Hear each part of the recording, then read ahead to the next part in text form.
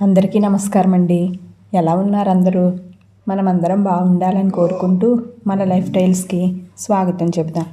ఈరోజు మన కథ ఫలించని కోరిక. పూర్వం వీరసింహుడనే రాజుకి ముసలివాడైపోతున్నానని విచారం పట్టుకుంది. ఆ విషయం సలహాదారుడైన విప్రదాసుడికి చెబితే విని, ప్రభు, మీకు యువకులుగా కావాలని ఉంటే అదేమంత పెద్ద సమస్య కాదు. మీ పుత్రులైన ఆనందవర్మకి 30 ఏళ్ళు వచ్చాయి. మీ పట్టపురాణి సుభద్రాదేవి గారికి 50 ఏళ్ళు ఉన్నాయి. మీ వయస్సు మారడం ద్వారా మీ భార్యాబిడ్డలతో గల సంబంధ బాంధవ్యాలు దెబ్బ తినకుండా మీకు వయస్సు ఎంత కావాలో చెప్పండి, ఆ ఏర్పాటు నేను చూస్తాను అన్నాడు. వీరసింహుడు ఆశ్చర్యంగా విప్రదాసు వంక చూసి, అది ఎలా సాధ్యం అని అడిగాడు.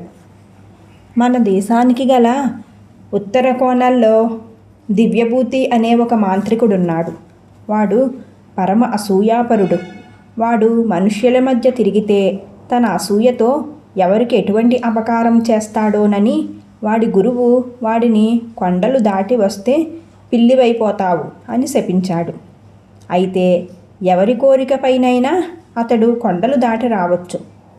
తన పని ముగియగానే అతడు తిరిగి కొండలకు వెళ్ళిపోవలసి ఉంటుంది అని చెప్పాడు విప్రదాసు.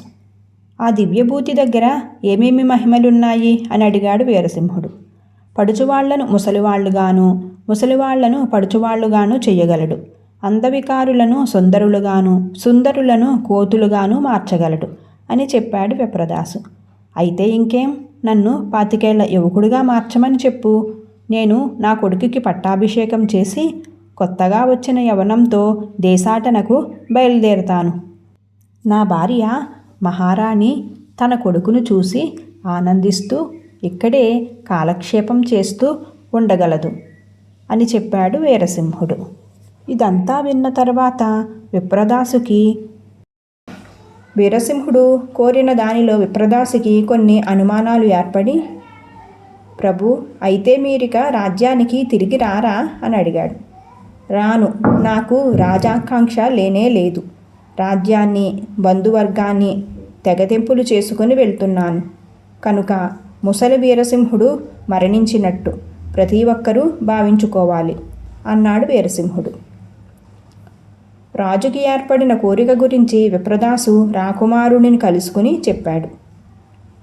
ఆయనకు యవ్వనంపై అంత మోజు ఉంటే నాకేమీ అభ్యంతరం లేదు. అయినా నేను రాజును అవుతున్నాను కదా, నాకేం అభ్యంతరం అన్నాడు రాజకుమారుడు. భార్య అక్కర్లేకుండా యవ్వనం దొరికితే దేశాలు పట్టుకుని వెళ్తానని అనే ఆయన్ని నేను పట్టుకుని వేలాడేదేముంది? నాది మాతృహృదయం. నేను నా కన్నబిడ్డ యోగక్షేమాలు చూసుకుంటూ నిశ్చింతగా కళ్ళు మూయగలను అని చెప్పింది వీరసింహుడి భార్య మహారాణి. మీరంతా రాజును ఛేదించగలిగినప్పుడు నాకు మాత్రం రాజుపై ఏం బ్రహ్మదేనికి అనుకునే విప్రదాసు కొండల్లోకి వెళ్ళి దివ్యభూతిని ఆహ్వానించుకుని వచ్చాడు. దివ్యభూతి వీరసింహుడిని హంసతూలికా తల్పంపై పడుకోబెట్టి ఏవేవో మంత్రాలు చదివాడు. కాసేపటికి మొసలి రూపంలో ఉన్న వీరసింహుడు యువకుడిగా మారిపోయాడు. యుక్త వయసులో వీరసింహుడి అందం చూసేసరికి దివ్యభూతికి కళ్ళు చెదిరి ఎక్కడ లేని అసూయ వచ్చి, బాబోయ్, ఒక మనిషికి ఎంత అందమా అనుకుని అతడు వీరసింహుడి మొహం కోతి రూపంగా మారిపోవుగాక అని శపించాడు. వీరసింహుడు నిద్ర నుంచి లేచి చూసుకునేసరికి అద్దంలో అతడి మొహం కనిపించింది. అన్యాయం, దారుణం అంటూ కేకలు పెట్టుకుంటూ అతడు దివ్యభూతి ఉన్న చోటికి వచ్చాడు. దివ్యభూతిని చూసి మొహం చేతులతో కప్పుకొని, నాకు ఈ రూపం కలిగించడం ధర్మంగా ఉందా అని అడిగాడు వీరసింహుడు. ధర్మం గురించి నువ్వు మాట్లాడకూడదు మహారాజా. స్వార్థం కోసం నువ్వు భార్యాబిడ్డలను వదిలేసిన వాడివి. నా బ్రతుకే అసూయ బ్రతుకని మా గురువు గారు నన్ను నిర్ణయించారు. స్వతహాగా ఉన్న బుద్ధితో నీ రూపు కోతి రూపుగానే చేశాను గాని నీ బ్రతుకు అన్యాయం చేయాలనే దుర్బుద్ధి నాకెందుకు ఉంటుంది చెప్పు అన్నాడు దివ్యభూతి. వీరసింహుడు ఎంత వేడుకున్నా అతడికి అందం ప్రసాదించకుండా దివ్యభూతి కొండల్లోకి వెళ్ళిపోయాడు.